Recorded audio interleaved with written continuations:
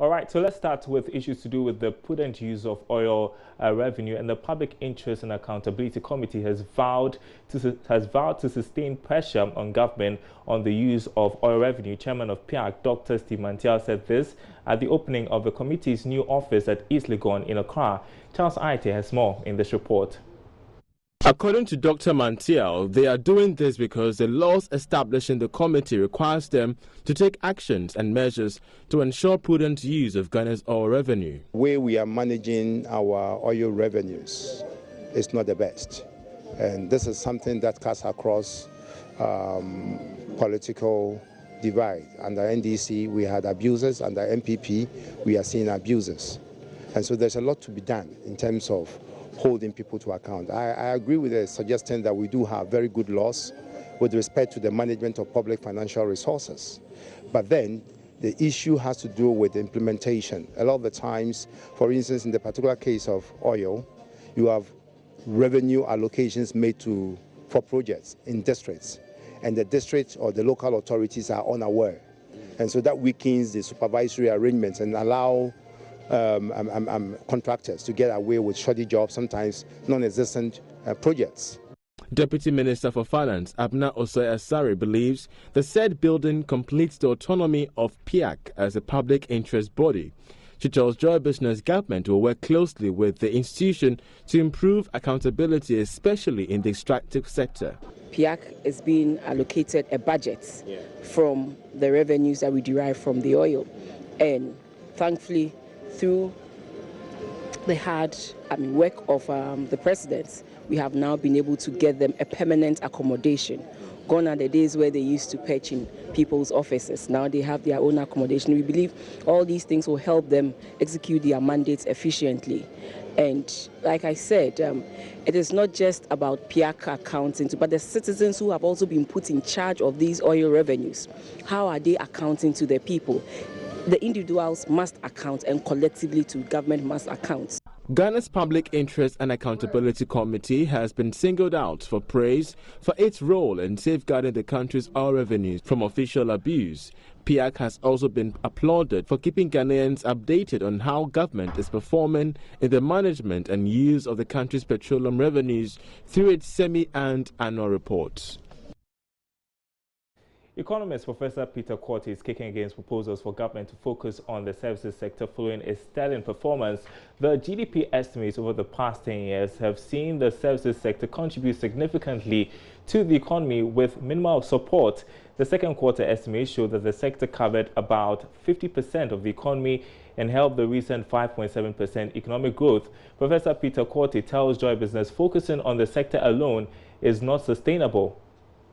I don't think we should focus on services and leave the other sectors because if you look at the employment trajectory, you will find that it is manufacturing and agriculture that employs a greater proportion of the labor force. So if that sector is not growing, if the share of these two sectors are not growing as rapidly as the services sector, then it becomes a problem. Most of the services we find are not high-value services. They are retail, trading, and the like.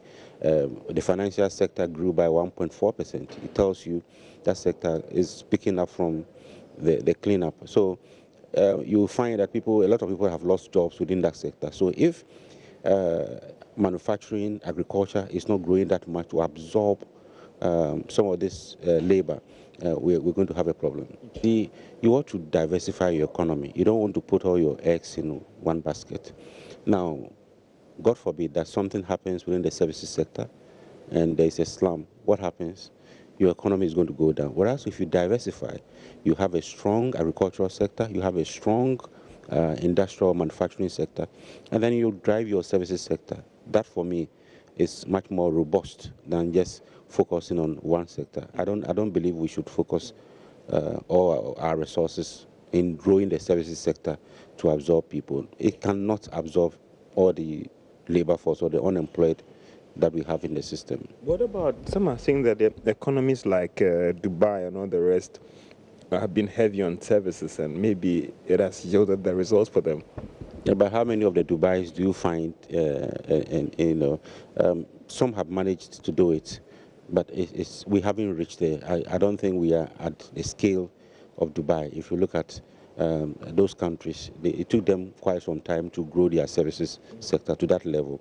We can gradually do it, but I think we shouldn't do that at the expense of manufacturing or industry.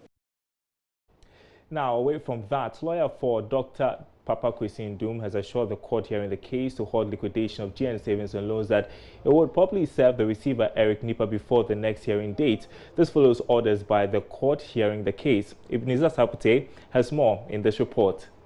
The courts presided over by Justice George Kumsin ordered that the application in its current form cannot be heard because the fourth defendant, which is GN Savings and Loans, is in receivership and must therefore be reflected. Earlier, lawyer for the receiver, Philip Addison, raised an objection that even though his client is supposed to be a part of the case, he wasn't served appropriately. This compelled the counsel for Dr. Papa Kwesi Ndum, Justice Ramsai, to challenge the argument and indicated that the recipient acted on behalf of the receiver of GN Savings and Loans, Eric Nipa. The court therefore ordered the plaintiff to amend his application to reflect the current status of GN Savings and Loans Limited. According to Justice Kumsin, since GN Savings and Loans is in receivership, it is prudent to amend the application to be fair. Dr. Ndum and Group Ndum last month filed an application in court to challenge the Bank of Ghana and its agents from carrying out any action that will lead to the liquidation of GN Savings and Loans Limited. Present in court were top management members of Group Ndum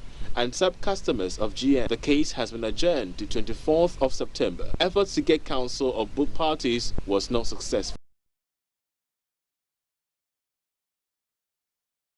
Loans who have been speaking to Joy Business. When people are dying, some of us are not able to pay their medical bills. Some people, they are not able to pay their school fees. And there are school dropouts. All kinds of things are happening. People are hungry. They are not able to eat. So they should continue waiting. When they were bringing the money, did they tell them that when it is matured, you will have to wait for your money to be given back to you? So where is the money? If you know the money is somewhere, if the deposits are somewhere, go for it and just pay the people, for people not to die. Okay? Nobody has anything to tell you. They are so rude. I mean, you can sit there all day and nobody is ready to just say anything. You go there every day, no, nothing new. There's nothing for you. And we can't continue this way. We are in this country, people are suffering here, people are dying, school fees we can't pay, all ladies are here, women. Nanado, you want to play with women? Papa Kwesi Ndum, women, you can't, please give our money to us. Well, in another development, aggrieved customers of Goldman Capital Ghana in the Takwa Inswayam municipality of the Western region have given government 14 days to address issues surrounding the payment of their locked up monies, else they will hit the streets. They have raised concerns about how the receiver, Eric Nipa, is handling the process. Richard Hayford speaks for the aggrieved customers. Customers find this situation highly unacceptable and betrayal of the trust and mandate given to the receiver. Government is hereby called upon to do the needful by ensuring that 23 billion we were told has been secured is made available for payment. Our children have been sacked from schools. Customers have been ejected from their homes because they owe rent, whilst others have been bedridden with sickness because of locked up funds. There are a few questions we demand answers. One, what is the basis of the current woefully payment? Two, why did the government take payment from other microfinance institutions? And three, how much was released for payment? 4, what happens to the said 23 billion Ghana cedis that was released? We are by this serving notice and giving 2 weeks ultimatum to government for quick response to correct the situation. Else, customers of the collapsed 347 microfinance institutions will hit the street to demand our hard-earned investment. A lot for the receiver to deal with, apparently. Well, let's move on now. The aviation minister, like Kofi Adda, says payment processes for ongoing expansion work at the Kotoka International Airport would be fast-tracked. The minister gave the assurance when he inspected the project today. We're hoping that by early second quarter next year we can commission that. We've seen the presentation for the Northern Apron work. I think they've done quite well. They're barely 5–6% progress of work. There's a lot of challenges to be overcome. We're hoping that we can overcome those challenges very soon. And then given the 42 months of work that they want to cut off nearly by half, I think that's very commendable. So we too will do our best to try and speed up whatever we need to do to overcome those challenges quickly so they can also progress with work smoothly. We've said it before, Ghana has done quite well. Civil Aviation Authority as well as the airport company, along with the ministry, supported by the president, has been able to achieve a higher feat in terms of the scoring of oversight safety for aviation. We moved from 64% to 89.89%. The International Civil Aviation Organization, ICAO, is holding their triennial General Assembly. Ghana has been invited to get 2 awards. When we come back, we'll report on that to you. So we're doing quite well as far as the nation is concerned and the performance in aviation. Now, the UK High Commissioner to Ghana, Ian Walker, has assured Ghanaian business community of continuous and stable trade relations between both countries, even after the UK exits the EU. His assurance comes as the UK government works feverishly towards October 31 as deadline for Brexit. There's more in this report. The UK is likely to leave the European Union by the end of next month. There are fears that trade between Ghana and the UK might be affected as government has already signed to the EPA with the EU. But Mr. Walker said there is no cause for alarm. He spoke to Joy Business at the meeting with the visiting UK trade mission. For the UK, it's looking beyond the European Union, and we're trying to make sure that we focus very hard on future trade.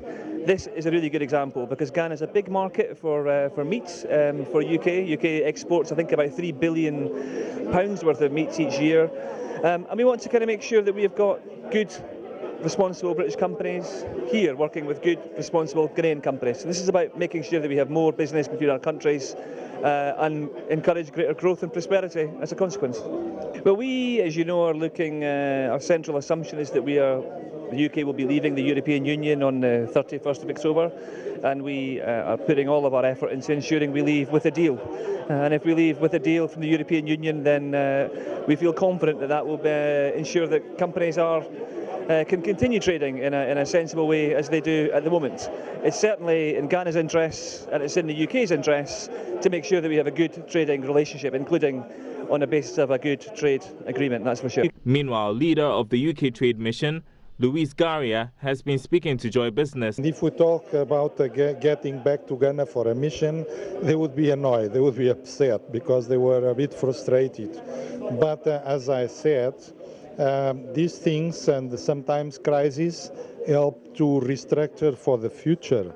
And as I said, new companies have been formed from the old, and we can see that those new companies have seen very sophisticated operations, which we believe that will stay for the future and will have a healthy organization and structure and way of looking to the market. So I think we are in a good path. Some participants and trade union leaders shared their thoughts. Ghana is our biggest trading partner in Africa, and so what can you do to help us? So basically what we did then is ask them that, do you already have a list of businesses that you're interested in meeting? They said yes. So we took their list and we said, oh no, this is not adequate, So we reached out to a number of other businesses and other associations. We're looking out for quality, we're looking out for price. So wherever opportunity that you have in a supplier, then you take advantage of it. In the UK, we've got products of high quality, products that are rated to high standards. So those products will be suitable for the Ghanaian market. Well, we are affected definitely by high cost of power. We are affected by the fluctuation of the forex, the foreign exchange currency, because all what we buy is basically in the foreign exchange, and we're definitely affected by the economy itself. If this assurance is anything to go by, then Ghanaian businesses that deal with UK firms should not be worried about any disruptions to exports going forward. Fred Duho's report for Joy Business. All right, we are taking you next to the Volta region, where a historic landmark and tourist attraction, Fort Prinsenstein in Keta, is in a deplorable state. It is posing a threat to tourists and community folks. The fort, which survived the turbulence of the sea for over 2 centuries prior to the construction of the sea defense in 1999, may soon collapse if not closed and renovated. Fred Duho visited the site and comes through with this report. The back of government's initiative to woo investors through the most talked about year of return, many celebrities, including TV show host Steve Harvey and others, have made their way to Ghana for the first time and visited some of these landmarks. Fort Prinsenstein, designated as one of the World Heritage Sites in Ghana, was built by the Danish 1784 in Keta in the Volta region for defensive purposes during the war against the Anglos, served a lot of purpose. The fort was used as a prison for a period before it was partially destroyed by the sea. The fort currently serves as a tourist site and managed by the Museums and Emoluments Board and the Ghana Tourism Authority. The assemblyman for the area, Akoli James Oklu, shared this brief history of the fort. And this is the last fort in the eastern side of Ghana. Fort Prinsenstein. It was put up by the Danish. You know, the Danish have a 5 in Ghana, and Christianborg is the headquarters for the Danish at that time. So after they put up Christianborg, they moved to put up this structure, and it's 1784. According to the assembly member of Keta Central Electoral Area, Akoli James Oklu, the huge numbers of foreigners trooping into Ghana should have been scheduled to tour all the forts in the country, including Fort Prinsenstein in the Volta region. This year of return, you know, we are experiencing a low patronage. We are not happy about it. African American in the diaspora are now trooping into Cape Coast and Mina Castle and then leaving this fort. And this is the slave coast. You know, by then the coastline have been demarcated into 3. From Accra to Benin is called Slave Coast, and from Accra to Azim, Gold Coast, and Ivory Coast. So, if anything, some of the slaves must be, the artillery that is drawn might include Keta so that people can also trace their route. James Oklu showed me where the slaves took their bath and did their cooking. Governors stand at the top, point at the one here at mine, sleep with them. That's why you have a lot of mulattoes in the town. And after the bath, the water remains here in case they are thirsty. They did the same water that they were back home. The Queen Mother of Keta, Mama Awomashi the First, also shared some tales and calls on authorities to renovate the fort to generate revenue.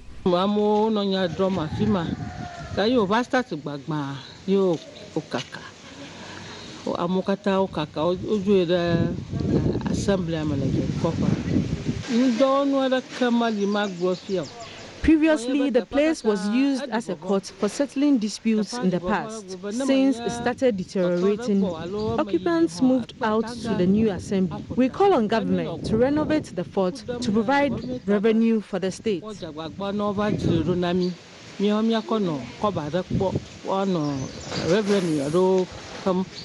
Boldly written at this entrance is a dungeon of no return.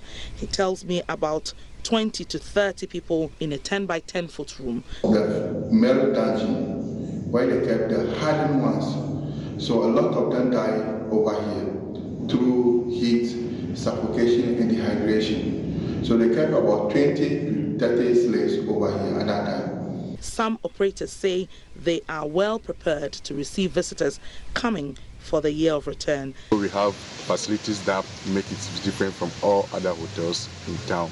The fort there has been like something that has been abandoned, or like unlike the forts like Emina Castle, where it's a tourist site where everybody goes there and have a look at it. If you go to our forts over here, you see that almost every part of it are getting damaged and there is no repairs, and it doesn't look like a tourist. The fort in its present state needs urgent attention. Until then, it needs to be closed to the public to avoid any disaster in the near future. Fred Duho's report for Joy Business. What a pity. Well, that's how we end the Business Live edition for tonight. My name is Darryl Kwao. Thanks for watching. There's more news on our website, myjoyonline.com/business. My name is Darryl Kwao. Thanks for watching.